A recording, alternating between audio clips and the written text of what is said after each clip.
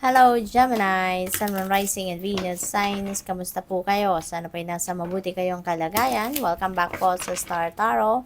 At kung bago po kayo rito, welcome din po kayo. Please subscribe, like, share my videos, and leave me a comment po kung naka-resonate kayo. Maraming salamat. So, paunang mensahe po ninyo is for general life, and we have Eight of Cups. Ayan. So, this is departure energy. Meron kayong gustong iwanan dito, meron kayong gustong talikuran, gusto ninyong i-abandon na ang sitwasyon na to because for sure, hindi ka na masaya rito.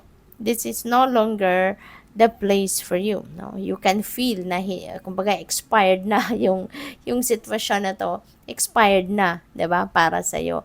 Kasi hindi ka na masaya, hindi ka na contented dito, wala ka ng satisfaction, wala ng contentment na naramdaman mo dito sa ngayon, na dati naman naramdaman mo dito sa sitwasyon na to. Parang nabuhos mo ng lahat ng meron ka sa sitwasyon na to, and there's no room for growth, there's no room for advancement dito. Kaya magde-decision ka na, umalis ka dito, iiwanan mo to because you know pretty much sa sarili mo na marami ka pang ibubuga, marami ka pang tricks on your sleeves, kumbaga, na pwede mo pang magawa para mas maging kapaki-pakinabang ka pa sa mundo, 'di ba?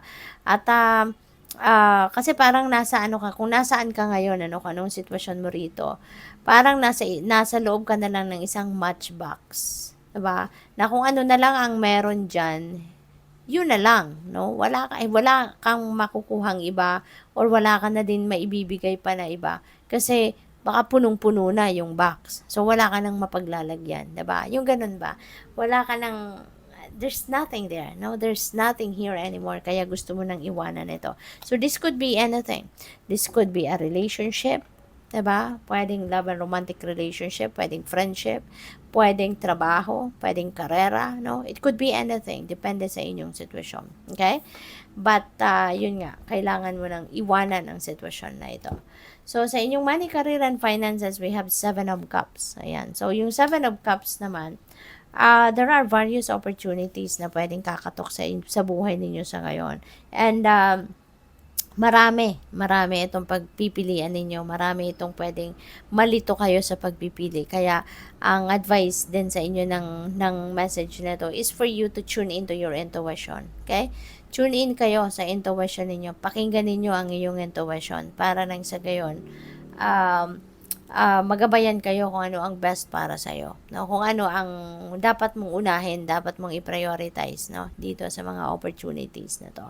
And before I go on, Gemini, shout out muna sa ating super loyal na channel member, our beloved channel member na si @Alexander Turalba 3777.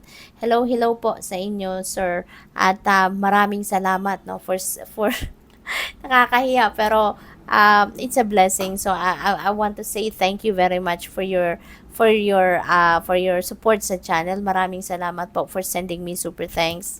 Parang ang sipag nyo naman na magpadala ng super thanks. Maraming salamat po for your generosity, no? And may God bless you more. Thank you so much. Sa inyong relationship po, we have Hanged Man. Ayan. So, si Hanged Man is, parang ano to, panahon para kayo ay magpahinga muna. Panahon para kayo ay mag-time out muna sa kung ano man ang inyong pinagkakabisihan, you know, at mag-isip-isip, magmuni-muni, magnilay-nilay, no? This is the time na binibigay sa iyo ng universe for you to do some kind of contemplation and introspection. Baka kasi may mga kailangan kayong pag-isipan related sa inyong relationship. Kung paano siguro ninyo mas mamamanage na maayos ang inyong relasyon, 'di ba? Kung paano ninyo mas mapapaganda pa ang inyong relasyon, how can you deepen, 'di ba, the love, no, for each other, kung anong diskarte, no, ninyo para mas maging maayos ang kalagayan ng inyong relationship with your person. So siguro now is the time that you need to think about it, no? Baka kailangan mo muna ng time out, 'di ba? So yun, tignan natin, let's dig deeper, no?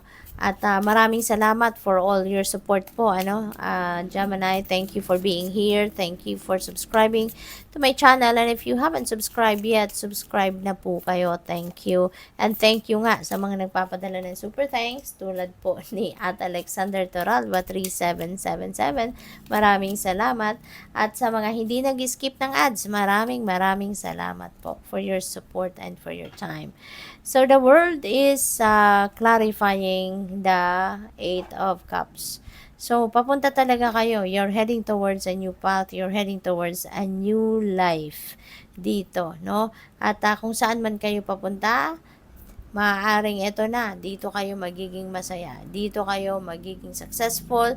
Dito kayo talagang aalagwa, no, sa buhay. Kaya good luck sa'yo. And this may involve travel. No? This may involve travel. Pwedeng magre-relocate ang iba sa inyo dito. You're going somewhere. Pwede na ang iba sa inyo dito also have gotten an overseas, no, work opportunity, no? Pwedeng pag-abroad ang iba sa inyo rito. Pwede rin ang iba sa inyo rito talagang kung sa relationship din naman ito, baka meron ditong separation. Pwede rin naman dito na pwede rin dito na merong magmo-move on na. 'Di ba? Parang nasawa na kayo, napagod na kayo sa pagiging boyfriend and girlfriend at baka ngayon magpo-propose na kayo. 'Di ba? Leveling up na kasi bored na kayo sa pagiging boyfriend girlfriend. So pwedeng gusto mo nang move on from that stage at iangat na ang inyong commitment with your person. So pwedeng may ganun din ganap. Sa inyong money career, we have Two of Swords. So, decision making ito. So, talagang very evident dito na may decision kayong gagawin kasi mamimili kayo. There are so many choices na nasa inyong harapan. Kaya talaga naman na pag-iisipan ninyong mabuti. Pero, yun nga, tulad ng sabi ko kanina, huwag kayong basta-bastang magdedesisyon. Huwag kayong basta-bastang pipili dito ng hindi ninyo na-research, hindi ninyo pinag-isipan mabuti, hindi kayo nagtanong-tanong muna. Kasi sometimes, di ba, may mga opportunities na very attractive, no? Very attractive para sa'yo. Pero, pag tinignan mo maigi, anong mga benefits nito? Anong makukuha ko dito? Anong ino-offer nito? Di ba? Parang wala namang masyadong laman, no? Yung ganon. Kaya kailangan na tignan ninyong maigi, imbestigahan ninyong mabuti, i-research ninyo, 'di ba? So, yung ganon, before you make a decision. So, si Hangman naman sa inyong relationship, we have King of Pentacles. So, maybe you are dealing with a person dito na, wow, napakaswerte. 'Di ba? This is the King of Pentacles kasi nasa tugatog na siya ng tagumpay, no, sa kanyang money, career, and finances. This is also a very responsible family man, si King of Pentacles, kasi hindi siya nagkukulang. He's providing. He's a very good provider, no, para sa pamilya. He's providing the money and material needs that the family is needing. Kasi very successful na siya, no? Marami na siyang pera, established na siya sa trabaho niya, sa negosyo niya, marami na siyang ipon. Kaya walang problema pagdating sa pera, no? So, maaaring you are dealing with a person like this, na very responsible siya, lalo-lalo na sa finances. So, kaya mas swerte din kayo rito, 'di ba? So, maybe you're dealing with, no, someone na katulad ni King of Pentacles.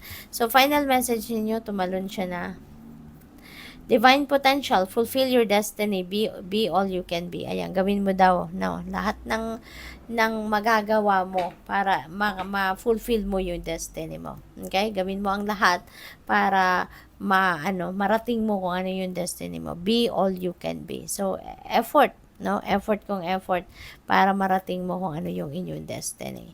Look for the signs. Okay? Maaaring humihingi kayo ng guidance, humihingi kayo ng clarity sa universe, and ito na, no, sign na ito sa iyo na sinasagot na ng universe yung mga dasal mo, no, yung signs na hinihingi mo, confirmation sa kung ano man ang pinaplano mo or gagawin mo, binibigyan ka na ng kasagutan, no. This is clearly the guidance para sa iyo. So look for the signs kasi maaaring pinapadalahan ka ng mga repeating numbers, synchronicities. Ito, number 33, number 11. So those are master numbers, no. So, tignan din ninyo kung anong ibig sabihin po niyan kasi that's additional guidance para sa'yo.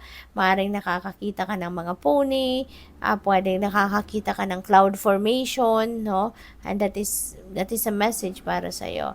Dove or specific kind of birds, rainbow, yung mga ganon. Yan ay mga mensahe para sa'yo. Those are signs, no, na pinapadala sa inyo ng universe. Unicorn portal, focus your light, listen for a message. Kasi nga, diba, may divine guidance na pinapadala sa inyo. So, listen for your intuition because that is the divine sending you message, no? Para gabayan ka kung ano mga dapat mong gawin. Okay? Good luck. Thank you for watching. Love and light. Namaste.